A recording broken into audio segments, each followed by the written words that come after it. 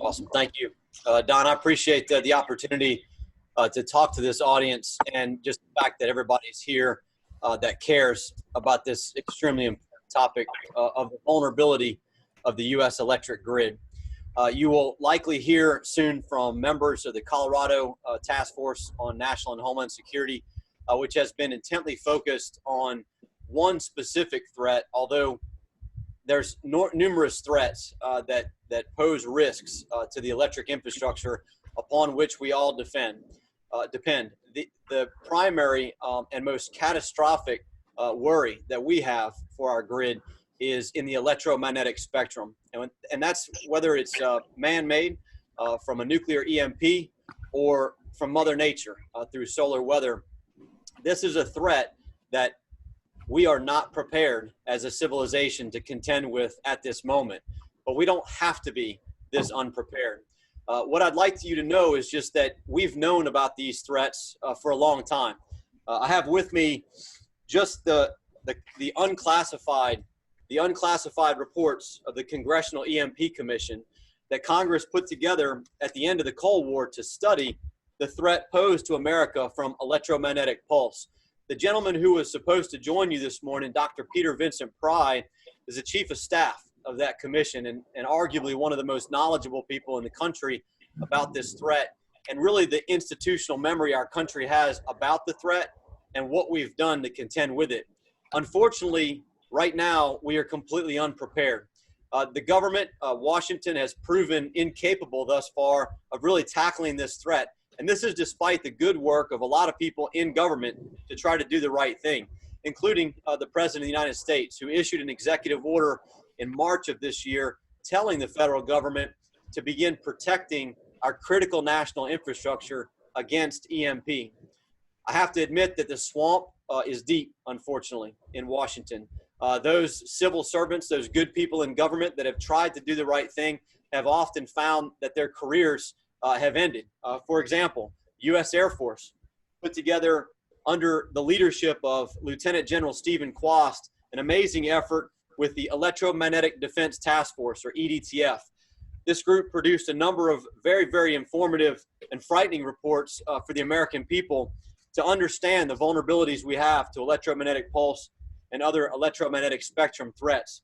Unfortunately, as of September 1st, Lieutenant General Quast became Stephen Quast, a civilian. What does this tell you?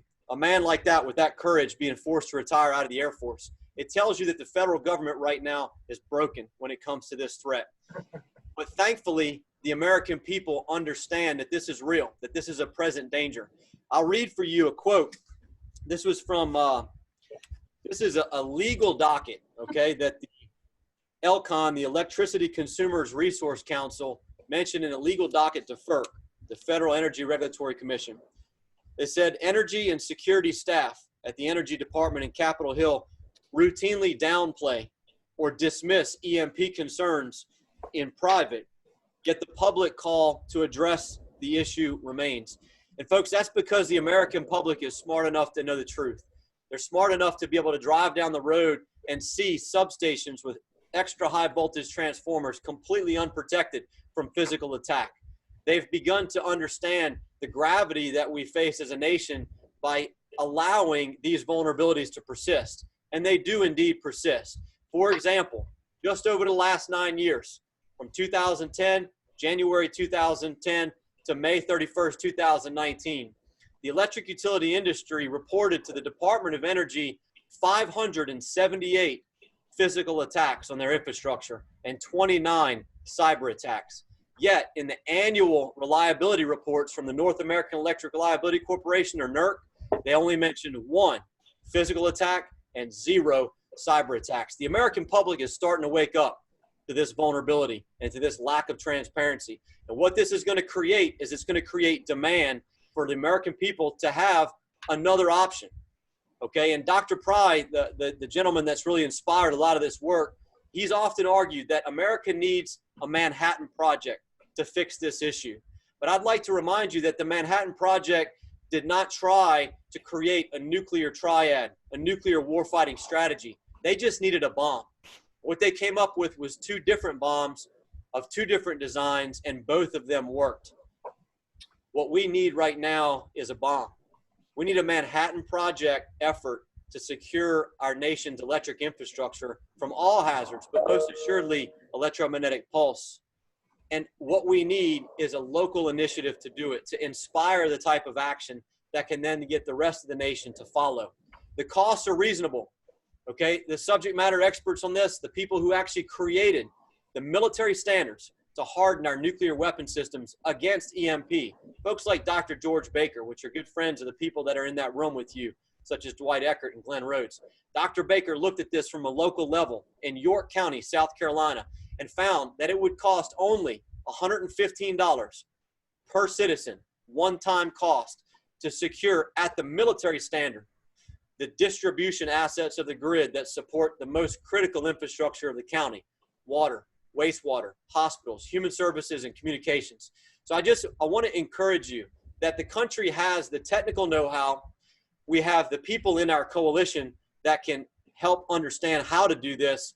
What we need is we need courageous people at the local level to demand this sort of action.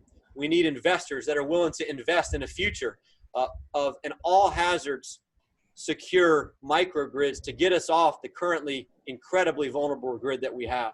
So Glenn, Dwight, thank you for making this possible. Don, thank you, sir, for making this possible. And just let me know if there's any questions that I can answer for the group, or if you guys would like to proceed with the meeting, and for folks like Dwight to really explain to you the nature of this profound threat. Thank you so much, Tommy. This is Don, and we really, really appreciate you taking your time out from your busy day in Washington. We have a large group here today. Thank you all for coming. Is there anybody that has a question for Mr. Waller at this time?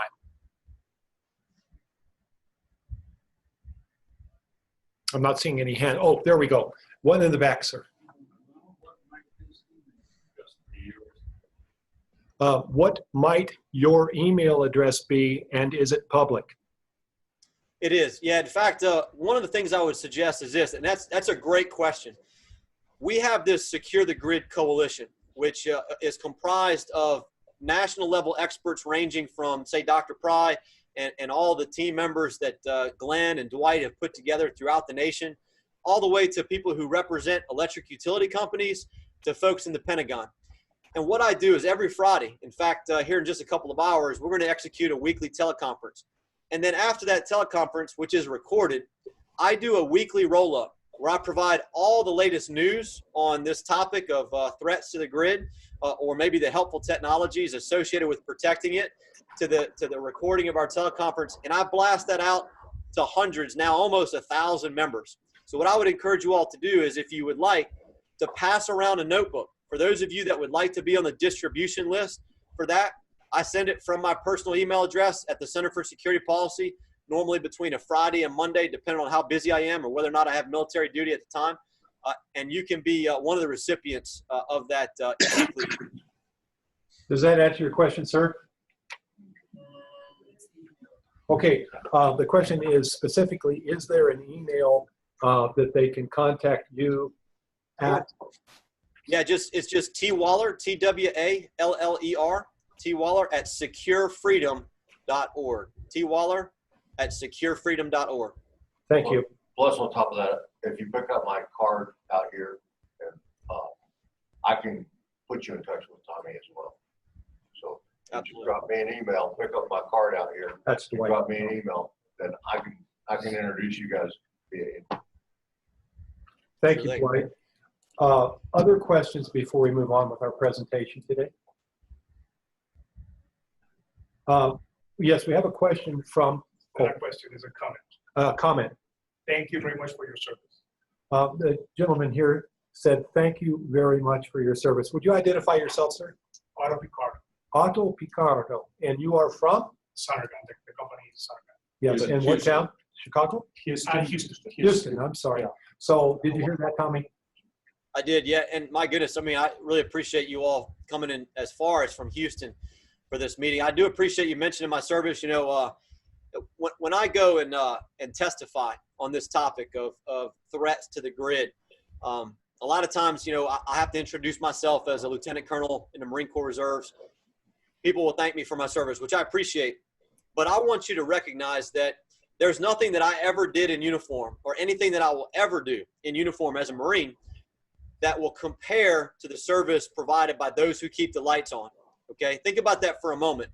America's survival doesn't depend on me fighting jihadis overseas or being prepared to do amphibious landings in the Pacific. Okay, now it's my job to keep adversaries at bay, but those adversaries, what they're really looking at is how they hit us here at home. And so nothing I will ever do in uniform will pale in comparison to those who keep the lights on. And that's why I've started to really thank, when I see linemen out there working on the grid, I thank them.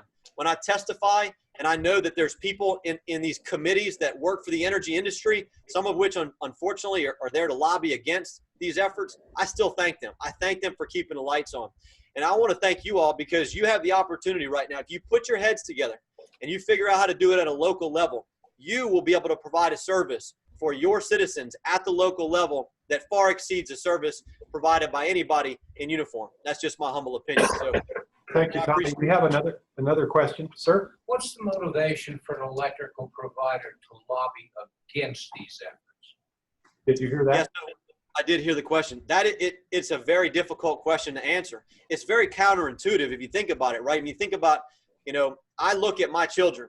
That's what motivates me, right? I look at them, and I never want to see them suffer what would happen with a prolonged power outage. I think there's a number of things, a number of factors at play. I think there's a lot of people who truly do believe this will never happen. The whole, ignorance is bliss. If we don't think about it happening, we don't have to worry. So that's one piece of it. Second thing is, if we look at the grid nowadays, I mean, it's a gigantic machine. I think there's some folks that worry, well, what if we start tampering with this thing? It's hard enough to keep it going as it is, okay? But thankfully, there are companies that are doing the right thing. There are electric utility providers out there that are doing EMP mitigations, but they are very, very fearful of stepping out in front and being vocal about it because by and large, the industry as a whole has not yet really bought into the fact that they need to take action on this, okay? And so I wish I could answer that question. I think there's folks that assume that the costs are going to be exorbitant, and so they just think, hey, look, this is going to be too expensive. We got to worry about a lot of other things. I mean, to their credit, I've talked to CEOs of some energy companies that say, look, as soon as I can pay for a better fence or a wall around my EHV transformers to keep people from shooting them, well, then I'll worry about EMP. Hey, guess what? He's got a good point, which is what illustrates the importance of the American public demanding that we do all this work to secure our infrastructure, which guess what? That may cost us a little bit more. It may cost us a little bit more in electricity bill. And so I just, I'd like to help the utilities figure out how to raise the demand for this type of stuff, even if it makes it cost a little bit more for us. And the last thing I'll mention is this. When it comes to electromagnetic pulse, the nation and the world's foremost experts, by and large, are not in the electric power industry, okay? These are folks that work usually in the Defense Department, in some cases in national laboratories. And so I think that there is some hesitance there to allow folks from outside the industry to come in and to have any part of how the industry's run, okay? And look no further than the Electric Power Research Institute, EPRI, their study on electromagnetic pulse. I'll give you just one nugget of information. This was a 3-year study that was conducted by the Electric Power Research Institute, a nonprofit funded exclusively by the electric utilities for this particular project, to look at the vulnerability of the bulk power electric system, specifically the transmission part of the grid, to high altitude electromagnetic pulse. The U.S. Air Force did a technical review. That Electromagnetic Defense Task Force, before General Quast was forced to retire, that organization did a technical review, which I would encourage you to read. That review pointed out dangerous flaws in EPRI's research on EMP. And I'll just give you one example. They only studied one aspect of one part of the grid, the transmission part of the grid, that one aspect, digital protective relays. What they found was that currents induced into these digital protective relays that would come from an electromagnetic pulse could catastrophically damage them. However, what they concluded was that the loss of load in the eastern interconnection by a high altitude electromagnetic pulse would have been only 40% of the load loss experienced by the eastern interconnection during the 2003 blackout. You may remember the Northeast blackout of 2003, which put 50 million customers in the dark, some for up to 2 weeks, 40% load loss. You may also recall that that blackout was caused by a single tree branch in Ohio. That's right, a single point of failure. So the Electric Power Research Institute concluded only 40% of that load loss from a single tree branch would be caused by a high-altitude nuclear weapon detonated over the Eastern Interconnection. So I just encourage you to understand that this is a big deal, that there's a lot of misinformation out there, and that if the true experts on electromagnetic pulse had been consulted by EPRI for this work, they would not have concluded such a dangerous conclusion for this report. Tommy, thank you very much. We want to thank you for taking time out of your day, and we just wish you well in your efforts in Washington and to support what it is that you're doing to protect the grid from all threats. So again, thank you for being here.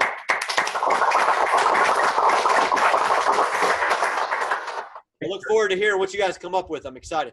Okay, take care. Bye-bye.